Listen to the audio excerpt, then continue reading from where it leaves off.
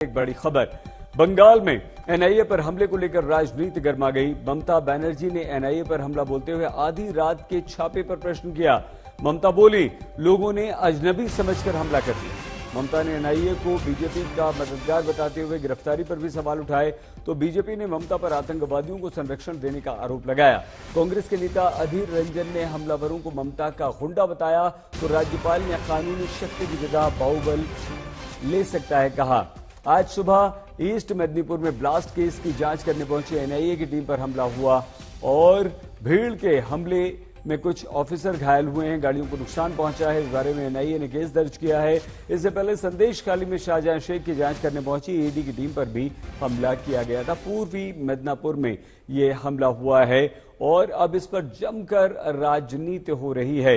ममता बनर्जी ये कहती हैं कि अगर आधी रात को एनआईए की टीम किसी के घर छापा मारने जाएगी तो उसे अजनबी समझा जाएगा और ये हमला तब हुआ है। জানিয়ে গেছিল ওরা কেন মধ্যরাত্রে পুলিশকে না জানিয়ে যাচ্ছে? নিয়ম হচ্ছে পুলিশকে, লোকাল পুলিশকে জানিয়ে যাওয়া। তো মধ্যরাতে যদি গ্রামের লোক দেখে হঠাৎ করে কিছু লোক আসছে পুলিশের ড্রেস পরে, তারা কি করে বুঝবে? আর ইলেকশনের আগে কেন অ্যারেস্ট করবে? যদি সবাইকে অ্যারেস্ট করে বিজেপি কি মনে করে সব বুথ এজেন্টকে অ্যারেস্ট করবে, সব ভোট ম্যানেজারদের অ্যারেস্ট করবে, পরে ভোটে জিতবে? শূন্য শূন্য গুলি ছুটছে।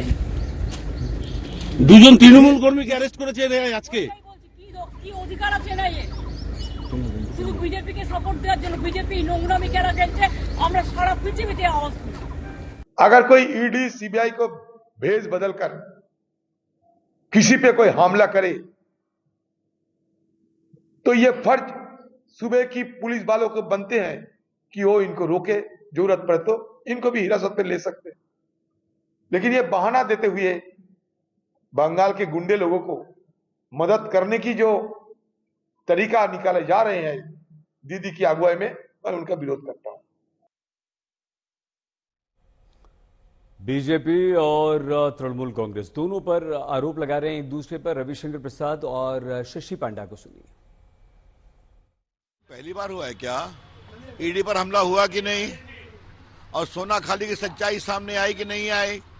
महिलाएं कितनी तंग होती थी, उनके साथ अमानवीय व्यवहार होता था और ऐसे एनआईए का हमला हो रहा है क्योंकि आतंकवाद से जुड़े लोग पकड़ती है तो उन पर हमला होता है। तो क्या ईडी, क्या सीबीआई, क्या आतंकवादी, सबको वहां संरक्षण मिलता है। यही तो है ममता जी का बंगाल। ऐसा कैसे होता है कि अभी एमसीसी चल रहा है, इलेक्शन कमीशन पूरे रिस्पॉन्सिबिलिटी उनके हाथों में है, तो CBI, ED, NIA, income tax, ये अगर पॉलिटिकल अस्त्र की तरह व्यवहार किया जा रहा है एक राजनीतिक दल द्वारा, बीजेपी द्वारा, ये हो कैसे सकता है? तो ये जो है लोगों के सामने इस भय और डर ये जो शुरू किए हैं और खास तौर से तृणमूल कांग्रेस को और पश्चिम बंगाल को टारगेट करके सीबीआई, ईडी, एनआईए और इनकम टैक्स को उतार के, जिसका संगठन नहीं है, जिसके वोट नहीं मिलेंगे, वो इन सब के द्वारा सोचे अगर वोट मिल सके। ये पूरा राजनीतिक एजेंडा है। आइए हम आपको सीधे हमारी संवाददाता सूर्याग्नि रॉय के पास लिए चलते हैं जो हमारे साथ इस समय कोलकाता से जुड़ चुके हैं। सूर्याग्नि, ये क्या हो रहा है और किस तरह की राजनीति इस हमले के बाद हो रही है? देखिए, कहीं पर भी कुछ हो उसके बाद इलेक्शन सीजन में राजनीति जो है वो देखी जाती है उसके इर्द गिर्द होते हुए।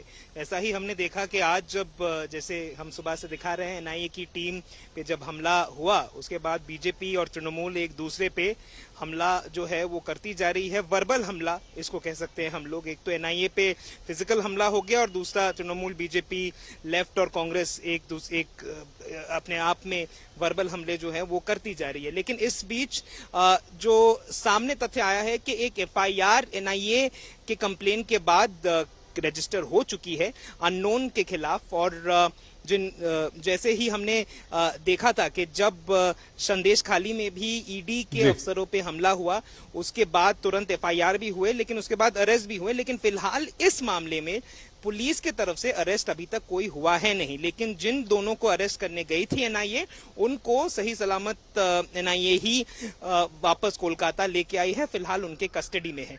इस बीच इसका एक पॉलिटिकल जो वॉर ऑफ वर्ड्स है जो हम कह रहे थे वो ऑलरेडी चल रहा है। ममता बनर्जी ने सवाल उठाया है कि रात के अंधेरे में ही क्यों एनआईए के अफसर गए वहां पर, और उनका हमेशा से यही स्टैंड रहा है, रिटेरेटेड भी किया है उन्होंने अपने वक्तव्य को कि इलेक्शन से पहले ही क्यों, कि एनआईए हो, ईडी हो, सीबीआई हो, इलेक्शन से पहले ऑपोजिशन के नेताओं के घर, ऑपोजिशन के नेताओं के घर पे, दफ्तरों पे ईडी सर्चेस करती है, एनआईए जाती है, तो ये वो टाइमिंग का वो सवाल करती है। बीजेपी दूसरे तरीके से वो सवाल करते हैं कि बंगाल में लॉ एंड ऑर्डर की स्थिति ठीक नहीं है, कि ईडी के बाद एनआईए की टीम जब जाती है तब उन पर भी हमला होता है।